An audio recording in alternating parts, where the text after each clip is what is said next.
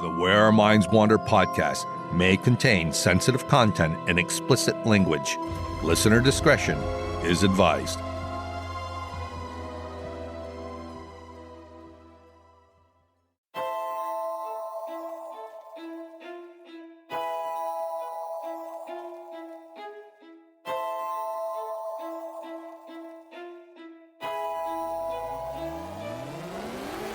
Greetings, fellow wanderers, to the places our minds wander.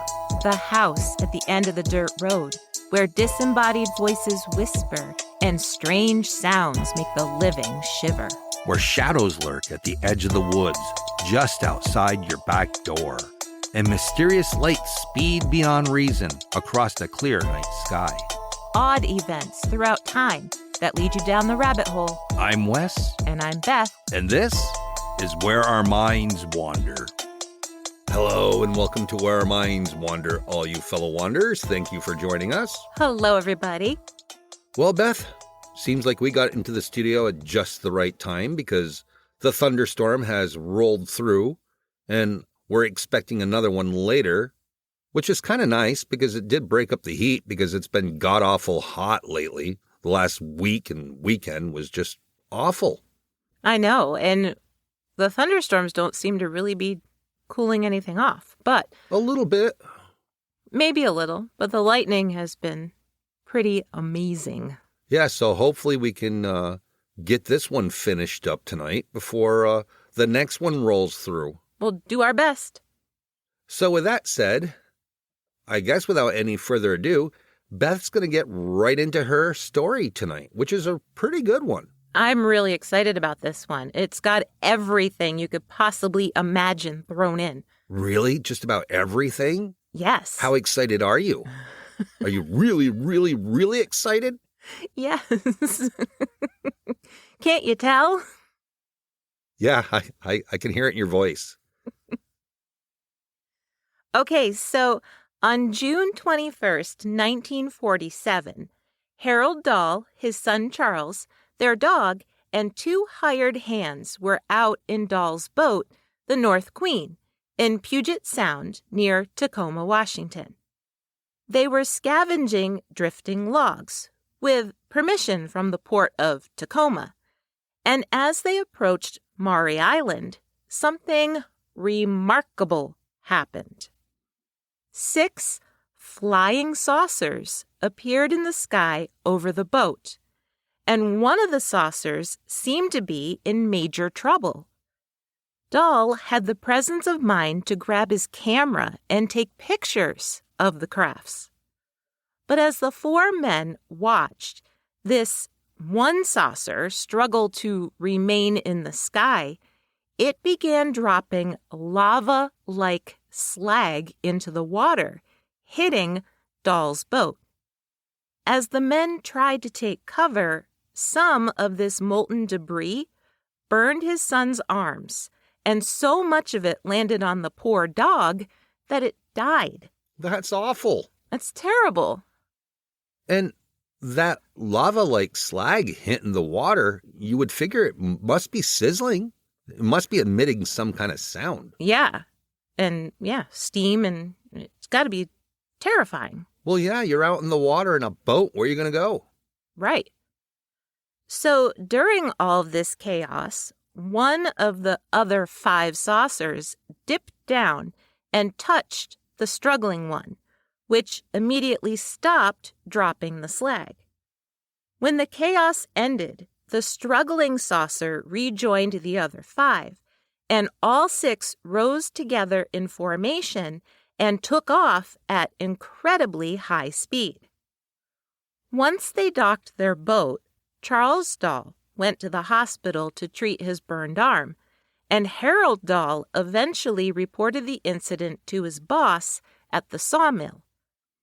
Now, somehow, and don't ask me how, because for the life of me, I can't figure it out, but Fred Chrisman got involved.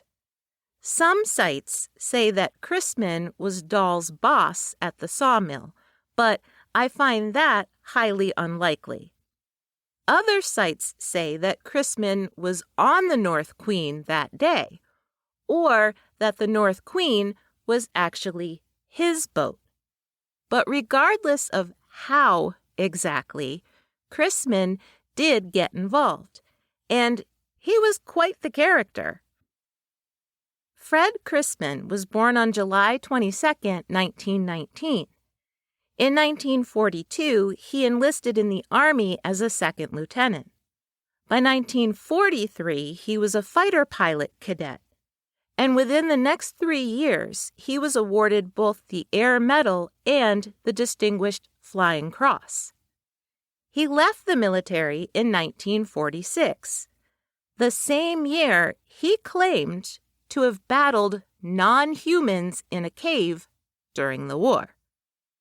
In a letter he submitted to Amazing Stories, he claimed these, quote, mysterious and evil creatures attacked him and a fellow soldier, ripping 2 9-inch long gashes in his arm and leaving a cauterized dime-sized hole in his companion's right bicep. The 2 were only able to escape by firing off their submachine guns in a cave. Well, you know what's funny about that? He said that it cauterized his hole in his arm. Mm-hmm. Very strange. Yes. It kind of sounds alien-like that something would be able to do that. But Chrisman also worked tirelessly as a representative of the Washington State Bureau of Veterans Affairs, speaking at various events. He ran for coroner and got more involved in politics, speaking about how important mental health services were for returning veterans. But on the flip side, in 1947, he tried to convince 2 UFO enthusiasts that bits of lava rock were actually debris from a flying saucer. At this point, although I don't know how, he was involved in the Maury Island UFO incident. The day after Dahl reported the 6 UFOs, Chrisman went out to Maury Island himself, where he collected pieces of the slag from the shoreline, and even thought he caught a glimpse of a strange craft for a few seconds before it disappeared behind a cloud. Dahl, on the other hand, was having a rather unusual encounter back in town. He claimed that a man arrived at his house in a brand new 1947 Buick. This man was over 6 feet tall, very muscular, and dressed in a black suit. This stranger, whom Dahl immediately sensed was either government or military, casually invited Dahl to breakfast. Feeling as if he better not refuse, Dahl agreed, and the 2 men drove to a nearby diner. Well, kind of sounds like he could be a man in black. But the weird thing about that is you don't usually hear them described as muscular. Usually they're tall and thin. And pasty. Right. Yeah, and the thing is, this is 1947, and the first reported mention of Men in Black isn't until like 1953 or whatever. We talked about it in a previous episode when we talked about Gray Barker and Mothman. Yeah. Yeah, so this is even earlier. This stranger was very interested in Dahl's experience from the day before. And as they ate, he plied Dahl with questions, wanting to know every detail. Dahl obliged, and at the very end of their meal, the man in the black suit warned Dahl that if he ever spoke about the incident again to anyone, that his family would most certainly be in danger. Meanwhile, Chrisman had taken his gathered materials recovered from Maury Island and sent them out to be tested. Now, there's some confusion over where exactly the samples were sent. Later, FBI reports said the samples eventually wound up with Ray Palmer, the science fiction writer and editor of several science fiction magazines, and then later Fate magazine. Although whether Chrisman sent them directly to him is not known. Chrisman himself said he sent them to a friend at the University of Chicago. But either way, they ended up with Ray Palmer. Now, here's where it gets really interesting, because 3 days after Dahl's encounter with the UFOs, another pilot named Kenneth Arnold had his world-famous UFO sighting near Mount Rainier, where he claimed to have seen 9 flying saucers going 1,200 miles per hour. According to a Vashon Maury Island Beachcomber article, Ray Palmer, the editor of Amazing Stories, that's the magazine that, coincidentally, Chrisman had previously sent his letter to about battling beings in a cave. Well, Ray Palmer contacted Kenneth Arnold, and the newly formed U.S. Air Force was also interested in Arnold's story. And just to round it all out, J. Edgar Hoover, who was the head of the FBI in 1947, was also very interested. Kenneth Arnold, perhaps wanting some backup, contacted Dahl and Chrisman and asked them to attend a meeting at Tacoma's Winthrop Hotel with him, another pilot with United Airlines who had seen a UFO named E.J. Smith, and 2 U.S. Army Air Force investigators named Frank Brown and William Davidson.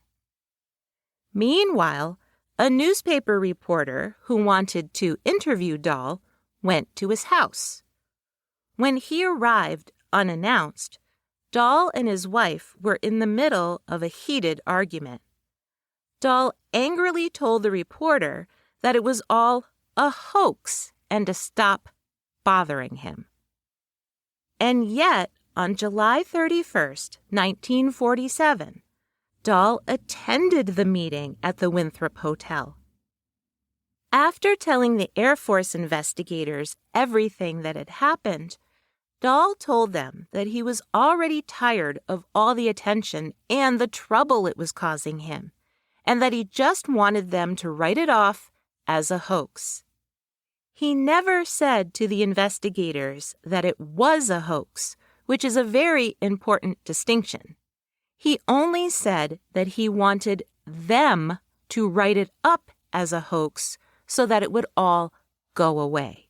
Well, I wonder at this point if his wife was getting tired of it and it was becoming, a problem within their marriage.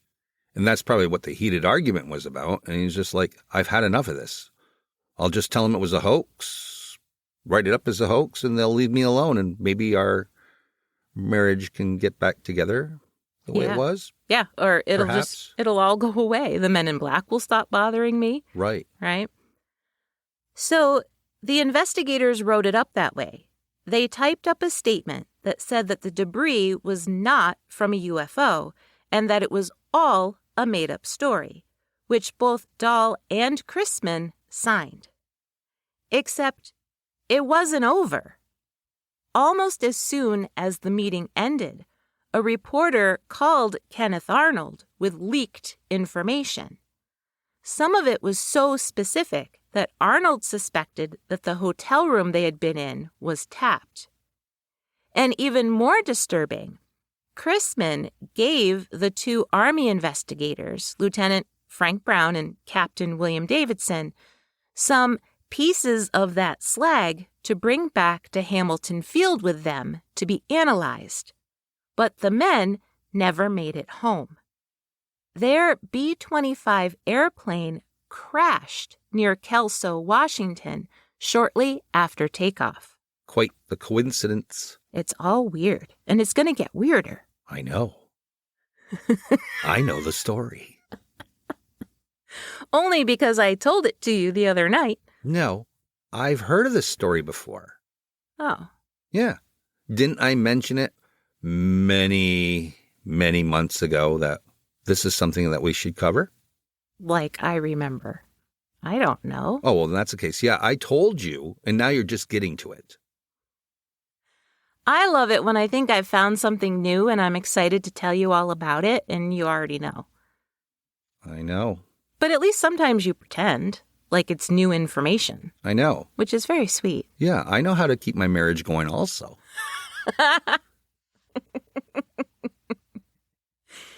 Don't meet with Kenneth Arnold at a hotel in Tacoma, Washington. Yeah. If I was going to meet somebody at a hotel, it wouldn't be Kenneth Arnold. So, right after this plane crash, according to Crystalinks.org, Dahl, Chrisman, and Arnold were very alarmed, and they met up again at the Winthrop Hotel. And Arnold told them that an anonymous male caller had reached out to say that the plane had been shot down by a 20-millimeter cannon. The caller said he was one of the switchboard operators at the Winthrop. When Arnold asked the front desk, he was told that the switchboard operators there were all female. When Dahl went to his car, which had been parked out in front of the hotel, to retrieve the photos that he had taken of the UFOs, he went to get them from the glove compartment, and where were they? They were gone. They were gone. At this point, Dahl decided to kind of hide out for a while, and Chrisman found himself suspiciously recalled for military duty in Alaska. Kenneth Arnold was asked by Ray Palmer to write an article for Amazing Stories. Arnold started writing it, but soon received his own warning phone call from a man named Ted Morello of the United Press, who warned him that he should stop talking about this UFO thing. In fact, Morello told him it would be better if he got out of town. So, Arnold did, by plane.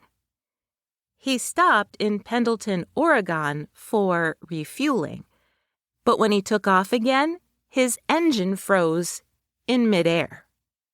Luckily, he was able to complete an emergency landing. And 12 days after the Maury Island UFO incident, a flying saucer crashed in Roswell, New Mexico. But the Maury Island story doesn't end there. Of course it doesn't. There's more. Ufologist and author Albert K. Bender founded the International Flying Saucer Bureau in 1952. And in 1953, he published Dahl's story. Shortly after, Bender claimed that he was visited by 3 men in black at his home who spoke to him telepathically. They gave him a metal disc, which he said transported him somewhere else and enlightened him about the nature of UFOs. After the 3 men left, Bender was very sick for 3 days. He continued to suffer from headaches, and his co-workers said that he often appeared fearful. He shut down the International Flying Saucer Bureau shortly after. Also by 1953, Fred Chrisman was hired as a teacher and administrator, as well as a high school drama club director. 2 years later, he was hired as superintendent. 2 years after that, in 1957, he was arrested for drunk and disorderly conduct, resisting arrest, and pulling a firearm on a police officer. Geez, what'd he do, start hitting the booze? He is a character, because it gets even crazier about Chrisman. In 1966, an FBI informant claimed that Chrisman had embezzled $100,000. He was practicing as an unlicensed psychologist, and he was operating an illegal diploma mill. That same year, Fate magazine ran an ad asking for members to join the Western Division of the Parapsychology Society. All they had to do was contact F. Lee Chrisman. Oh, no. Chrisman also founded the Professional Research Bureau, which focused on industrial psychology, public relations, and criminology, and penology research. Penology, in case you were wondering, like I was, it was not what I thought it was, is the study... How do you get a degree in penology? Up close and studying? The penal system.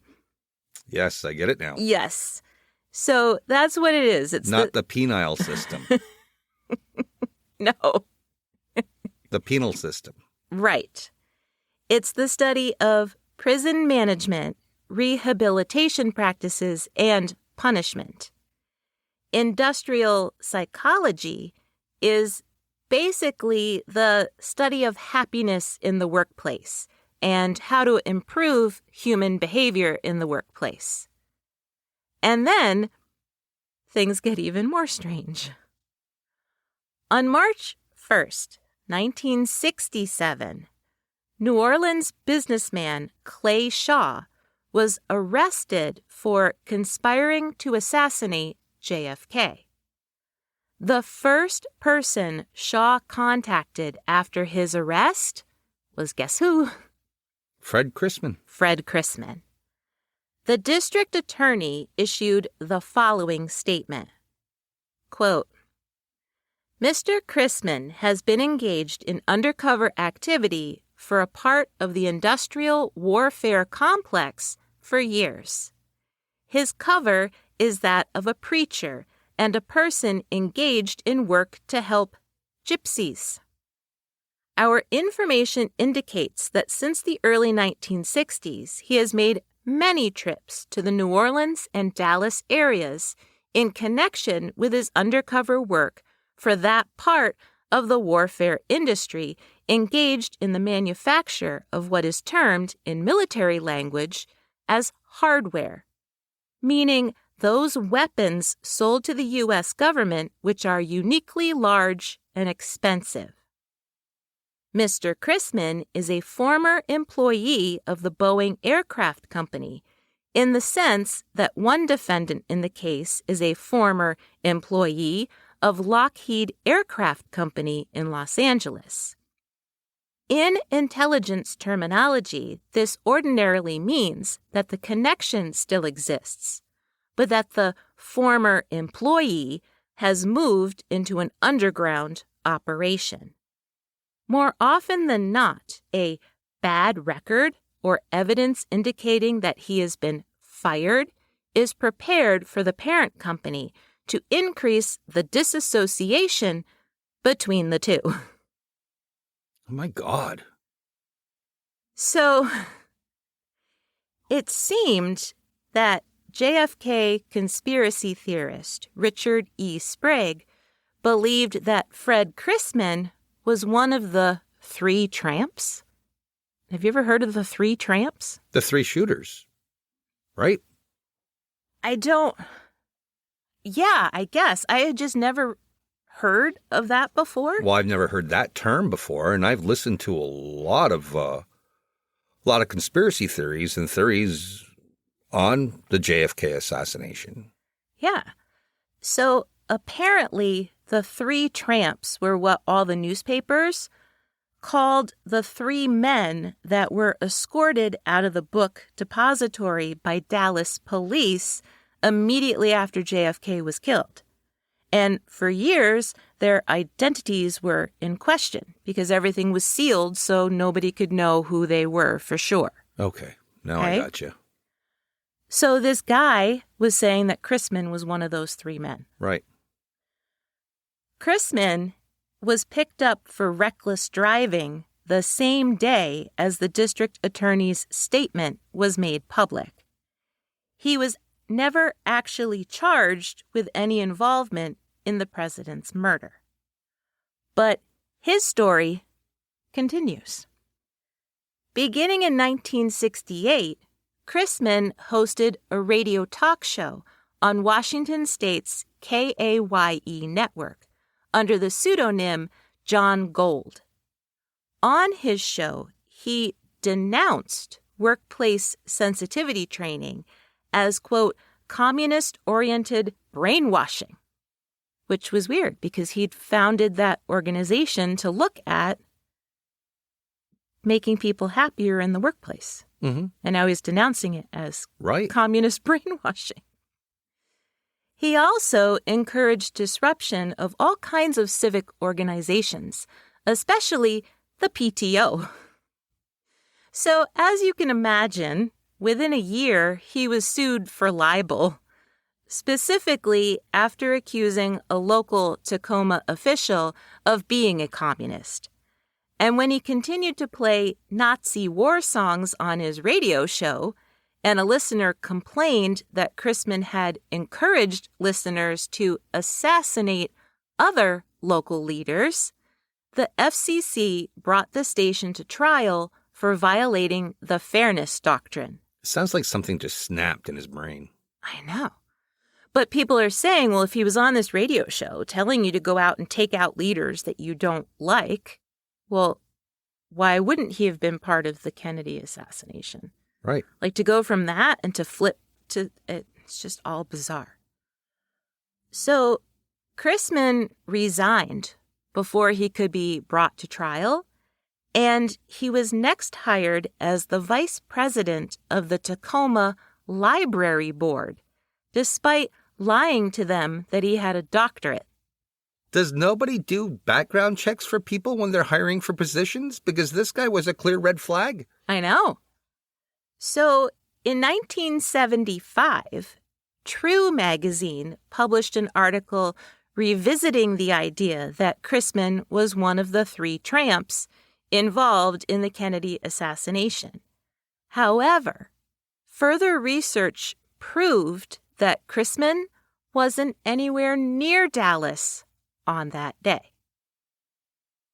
After Chrisman passed away on December 10, 1975, it was noted that he actually did have degrees from Willamette University in political science, history, education, and psychology.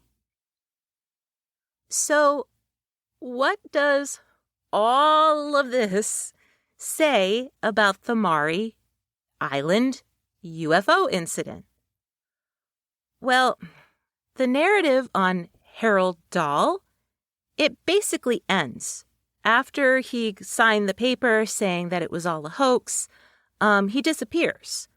And trying to find any information on him beyond what I've just shared with all of you just led to a lot of dead ends. I couldn't find anything. The Air Force and the FBI both published reports claiming that the entire incident was all a hoax and that it was orchestrated by Chrisman because he wanted a way to get published in Ray Palmer's Amazing Stories magazine.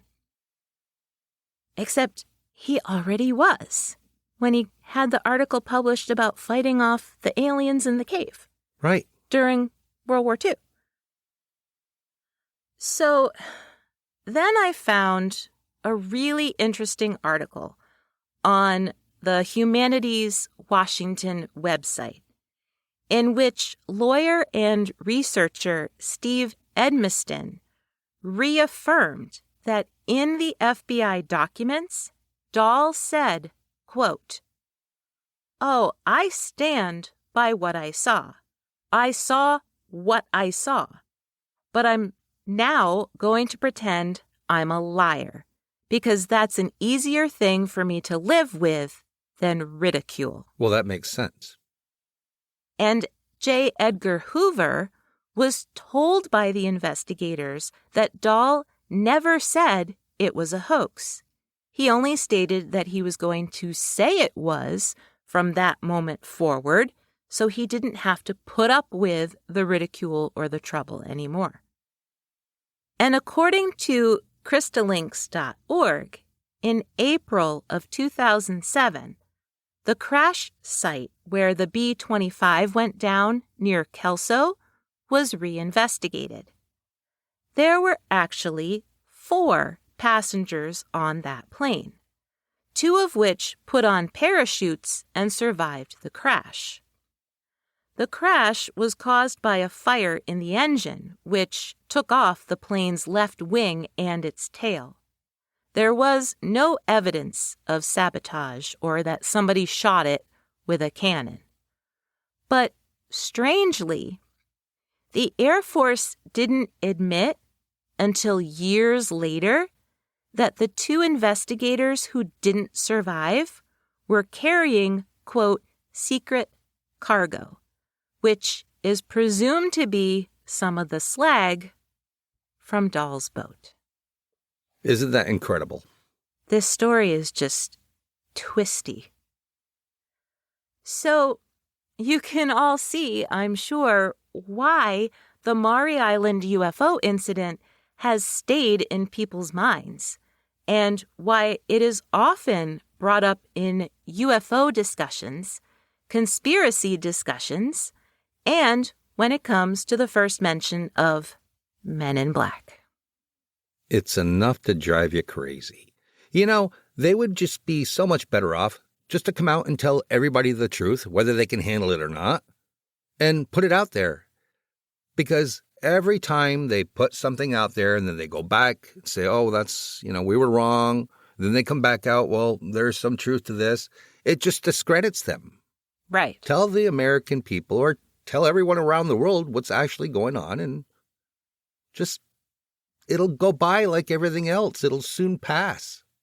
And I know you're referring to UFOs, but also the JFK assassination. Well, no, all that too. Everything that's pretty much, you can shoot holes in it because, that's just not what happened. Right. I mean, it's been, who could possibly still be alive who was involved? I don't know.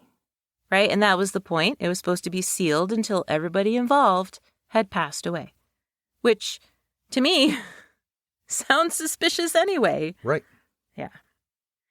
Well, I hope you all enjoyed that story because I had actually a lot of fun researching it because it was like one rabbit hole leading to another. It was very cool. Yeah, I enjoyed it a lot, honey. Well, thanks. Almost as though it was the first time I had ever heard it. Knew you were going to say that. And we'll be right back after this short break.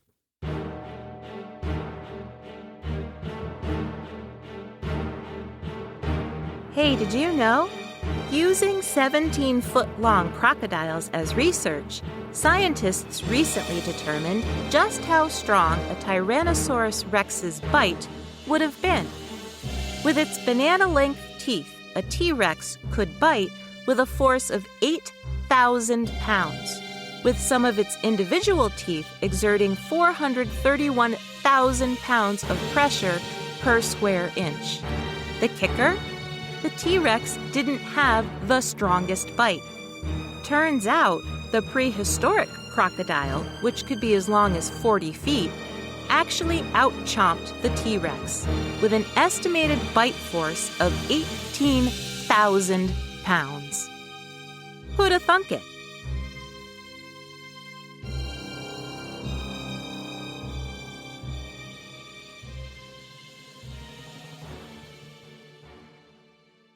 All right, everyone, we're back. And in previous episodes, we've talked a lot about rabbits. Like the time Napoleon was attacked by rabbits, and the time a rogue bunny attacked former President Jimmy Carter. We even did an episode on Mary Toff, the woman who convinced her entire town that she was giving birth to rabbits. But tonight, I thought I'd focus on another animal that really gave humans a run for their money. And not just any humans, the military.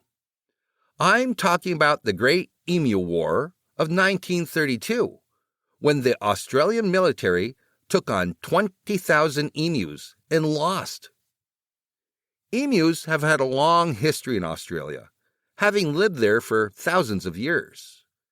They can grow up to 1.9 meters tall, which is a little over 6 feet, and they can run as fast as 50 kilometers per hour, which is approximately 31 miles per hour. They communicate with each other by drumming, grunting, and booming through an inflatable neck sac, which can be heard as far as 2 kilometers away, which is a little over 1 mile. They also migrate hundreds of kilometers every year in search of food and water. After World War I, the Australian government encouraged disabled veterans to take up farming, even offering them plots of farmland. Thousands of veterans agreed to become farmers, even though most of them had no experience. It didn't help that the plots of land were just 10 acres big, barely enough to grow anything for a profit.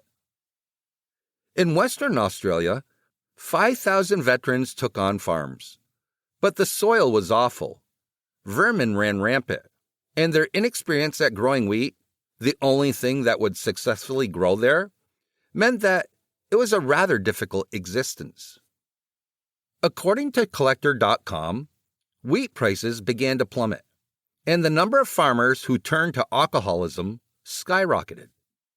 Then, with the American stock market crash of 1929 and the Australian drought, the situation became even worse.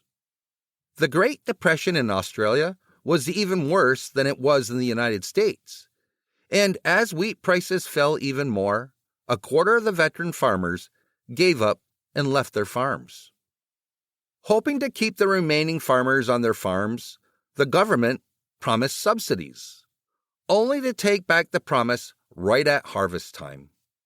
And if that wasn't bad enough, the emus arrived, tens of thousands of them, looking for food and water, which was as scarce for them as it was for the humans. The emus were destructive. The emus destroyed the rabbit-proof fencing around many of the farms, allowing rabbits to infiltrate the crops, too. The Campion district of Western Australia became a major hotspot for migrating emus to congregate. There were an estimated 20,000 of them, tearing up fences, trampling crops, and causing general havoc. The veterans, who had already had enough, demanded that the government do something. If they didn't, they'd harvest what remained of their crops, and they'd keep it all for themselves. Defense Minister George Pearce took that threat seriously, and in November of 1932, he sent 3 military men to take care of the emu problem.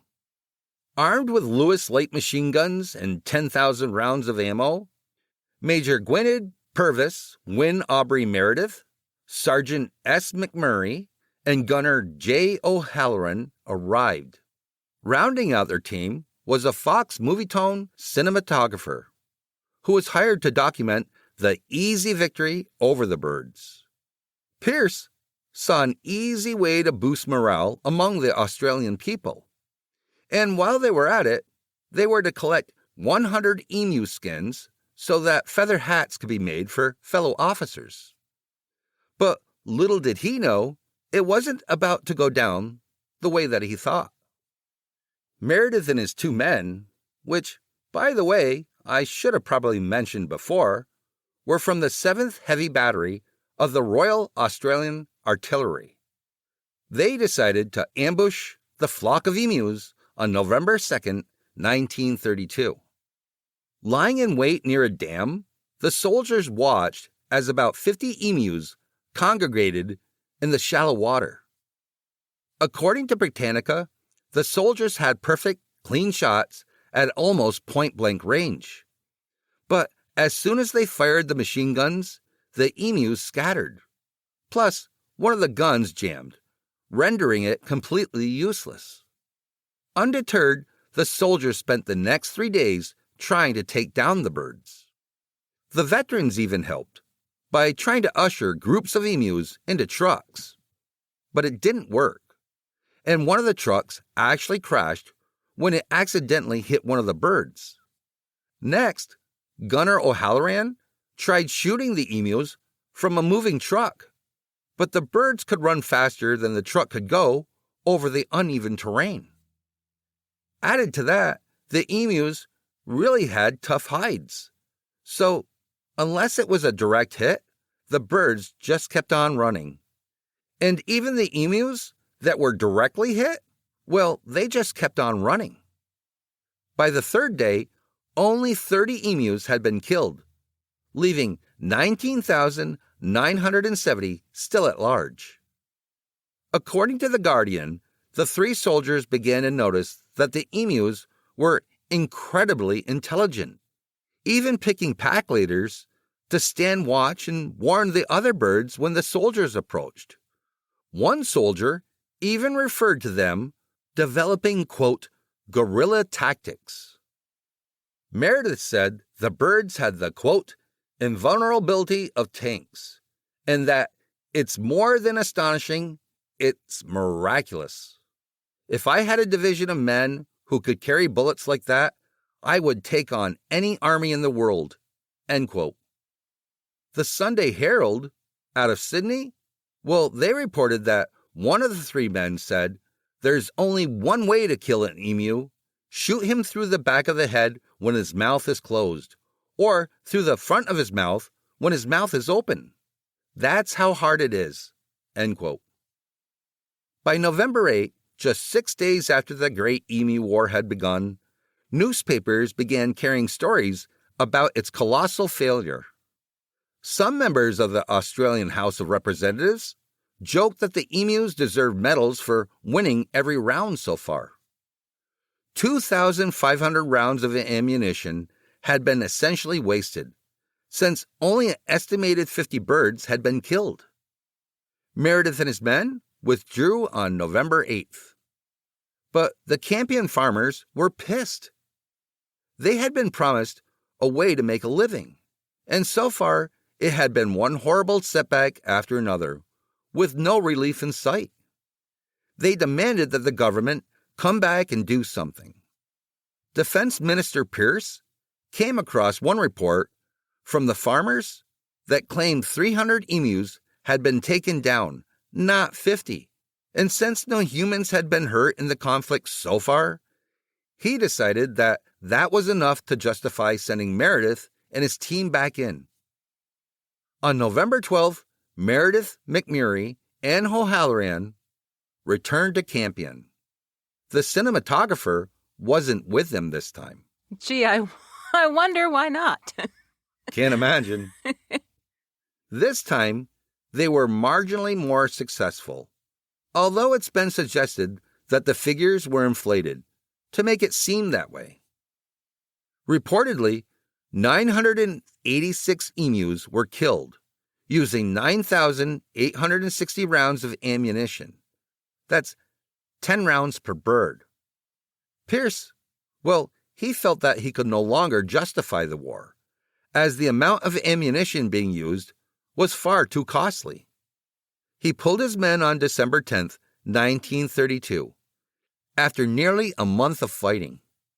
That still left 19,000 birds in the area, but reports stated that the remaining wheat had been saved. In the following decade, Campion farmers requested government assistance in culling the emu populations 3 times, in 1934, 1943, and in 1948, but they were turned down each time. Instead, the Australian government instituted a bounty program. In 1934 alone, 50,034 bounties were claimed in just a 6-month period. Now, as you can imagine, not everyone was happy about the culling of the birds, with many wildlife experts calling it a mass extinction effort on behalf of the government. With the invention of the exclusion barrier fencing, much of the emu problem was averted, as well as keeping out other pests like rabbits and dingoes. Today, emus are a protected species in Australia with a healthy population. In 2019, a musical adaptation of the Great Emu War opened in Melbourne. There was also a film version of that premiered at Monsterfest in 2023. Currently, John Cleese of Monty Python fame and Rob Schneider are working together on a film version, which is directed by comedian Monty Franklin. So there you have it, everyone. The Great Emu War. That movie with John Cleese and Rob Schneider. I don't know whether to be looking forward to it or to be afraid of it. I know. It's definitely going to be interesting, to say the least. Yes. I mean, if you think about something running that fast, that would be a pretty hard target to hit. Absolutely. Especially if you're trying to shoot him in the head. Yeah. Wouldn't you go for a heart shot on an emu? Well, I don't know. You know what I'd do? I'd be like like Wile E. Coyote. I think I would, get some dynamite, throw down some bird seed, watch them all come in, push the little lever, watch them go kaboom. Feathers would be everywhere. They could pick them up, collect them, and, Make the hats that Right. they said they wanted to make. There'd be some feathers left over, I'm sure. Maybe. I thought you were going to say drop boulders on them from cliffs, but That's a little harsh. yeah. Or Don't you think? anvils. I think blowing them up would be better. Speaking of blowing up, the officials in Florence, Oregon, had a sperm whale problem in 1970. The sperm whale in question was 45 feet long and weighed 8 tons when it washed up on the Florence beach on November 9th. According to the Register-Herald, it began to stink almost immediately, to the point where local officials knew they had to remove it somehow. After discussions about how they might bury it or cut it up into smaller pieces, the Oregon State Highway Department, which was in charge of maintaining the beach, came up with a brilliant plan. But before they went ahead with it, they checked in with the U.S. Navy, which agreed it would work. What was the plan, you might ask? Well, they would blow it up with dynamite. Oh my gosh. Uh-huh. Okay, I can tell you right now it's not going to go well. No, I remember when this happened. Do you? Oh, yes, I remember seeing the footage. I watched the footage online when you told me you were covering this story. It was quite spectacular. It kind of reminds me of when Les Nessman dropped the turkeys from the helicopter. On WKRP? Uh-huh. In Cincinnati? On Thanksgiving. That kind of disaster, huh? That kind of disaster. George Thornton, an engineer with the Oregon State Highway Division, was confident that it would work. His thought was that just like removing a large boulder in the highway, the dynamite would simply disintegrate the carcass into smaller pieces. And if they placed the dynamite just right, the majority of those pieces would land in the water, where local shorebirds and smaller fish could have a feast. Now, it turns out that Thornton was in charge of the project because his supervisor was away on a hunting trip, and a military veteran with explosives training warned that 20 sticks would be enough. But Thornton wanted to make sure it really worked, so he ordered the placement of 20 cases worth. Not just 20 sticks. Oh my God. Kind of see where this is going. I mean, better to have too much than not enough, right? Sure. And so at 3:45 on November 12th, with hundreds of spectators lined up along the beach from a quarter of a mile away to watch, the whale was detonated. According to OBP.org, reporter Larry Bacon, who was on scene, said, quote, "All of a sudden, there was this 100-foot geyser of blood, blubber and sand going up into the sky. It was like a blubber snowstorm with tiny particles of blubber floating down after the big chunks. End quote. Oh, my God.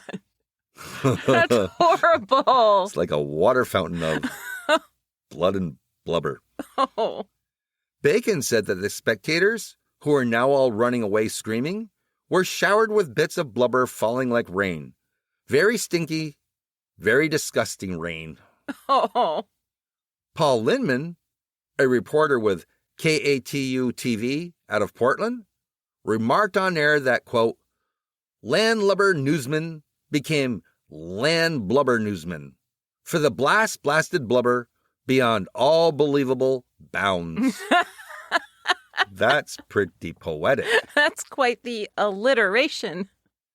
Bacon's car narrowly missed being smashed in by a 3-foot chunk of whale that came crashing down on the Oldsmobile parked next to his. That Oldsmobile just happened to be brand new and was purchased during a get a whale of a deal promotion at the local car dealership. I know, isn't it great? And for all of you out there listening, you have to go see the picture of this car that's been crushed by the whale blubber. It's quite the spectacle. Now, most of the whale was still on the beach, except for the chunks that blew all the way into town, landing in front of businesses. The shorebirds, by the way, were so startled by the blast that they avoided the carcass for days. And the immediate irony was that the smell was now scattered all over the beach, the onlookers, and the town. Later that day, George Thornton told the register guard that he thought that it had all gone very well, saying that it went just exactly right. Except the blast funneled a hole in the sand under the whale, and that some of the whale chunks were subsequently blown back towards the onlookers and the cars. Oops. But it went very well. It went very well, other than that small mistake. How do you go from 26 of dynamite to 20 cases I of know. dynamite? Yeah. He should have been nowhere near this beach. Now, if you're interested in watching the news footage from that November day in 1970, you most certainly can. It is online. You could be one of the 350 million people who have already watched it since 2006. But luckily, no one was injured during the blast, which in reality is pretty surprising. Since the incident, Oregon has completely different measures in place for removing whale carcasses from their beaches. And Florence, Oregon, has embraced their exploding whale incident by naming a new recreational area the Exploding Whale Memorial Park. They also hold an Exploding Whale Day Festival. No. What the fuck is wrong with these people? Oh, no. It's every year? Annual. Oh, my gosh. Yeah, every year. Couldn't they come up with something else? You think that they wouldn't want to promote this? Right. Well, you have a lot of animal activist people and animal lovers that I would think would be quite upset by this festival. Right. So you drive into town and you probably see this big wooden sign saying, Exploding Whale Memorial Park. Up ahead. What the hell? I don't know. And how do you celebrate an annual Exploding Whale Day Festival? How do you do that? Well, I'm sure that there's a mascot. There's probably somebody dressed up like a whale. What do they do? Stick a firecracker in his butt or something? Okay. We're not picking on any of you people from Florence, Oregon. I mean, if you've been to this, please, by all means, leave us a comment. Set us straight. Yeah, send us an email. Tell us why it's the coolest day. I just don't get it. I don't know.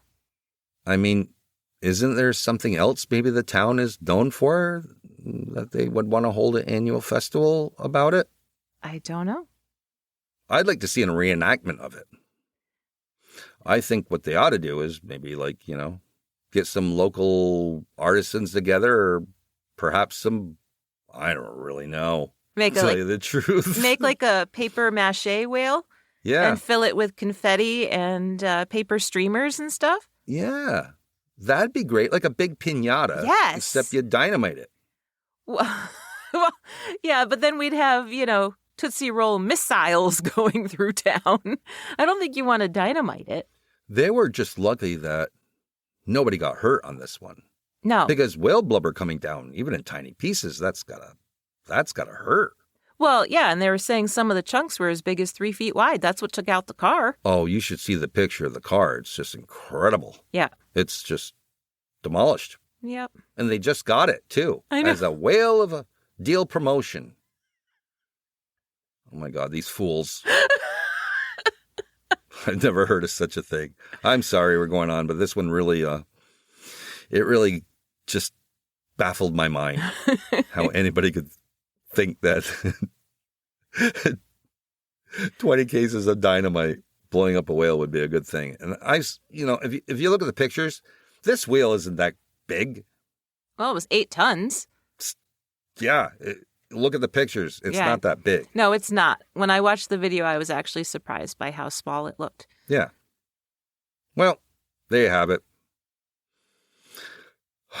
Do what you will with this information. I do like what somebody did about the Great Emu War. I put the picture on Facebook. If any of you follow us on Facebook, you saw it already. But somebody took I think it's actually Civil War. It's not the right time period. Right, it's from the Civil War, I believe. But they took a photo of a soldier and they superimposed an emu's it's photoshopped. head. It's photoshopped. But it's great. It's brilliant. It's really funny, actually. But anyway, you can check that out. Well, as always, go ahead and tell them the spiel, Beth. Oh, yes. So if you'd like to know more about the Great Emu War or the exploding whale or the Maury Island UFO incident, you can always check our sources in our show notes. There's a lot more information there than we included, of course. That there is. Join us again next week for an all-new episode of Where Our Minds Wander. See you soon.